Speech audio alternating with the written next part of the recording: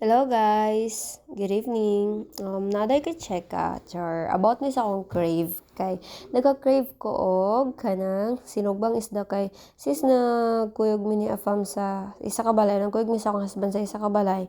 Wala na jud ko kakaon og isdang sinugba sa tinuod lang so mabanggiton pa lang nimo ang sinugmang isda, maglaway na jud ka og gatulo-tulo na gid akong lawa sa tinuod lang jud mga cut content. So, bag uming abot ani, nagdari-dari ko og luto guys kay wala pa man jud rice nga luto. So, aya tanawa, pas na kayo og luyo kay lagi gutom na. Kana among rice gigasan nang nako sa gripo pero ang akong gisabaw ana kay kanang distilled water or tubig nga gikan sa mineral para limpyo. Lamig jud kay kanog sinugbang isda guys. Tanawa ninyo ang itsura sa isda. Pero pagka nagitanggal na ko na siya sa stick og microwave na ko ulit para pod mainit or ma-sureball jud na ako nga luto.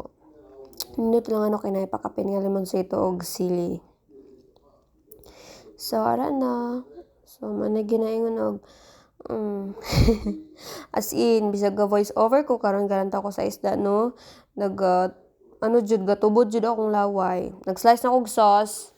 Akong sauce kay pinaka-favorite jud ako ni nga sauce. Nakatunan ako ni Ilaha Atenal Joy.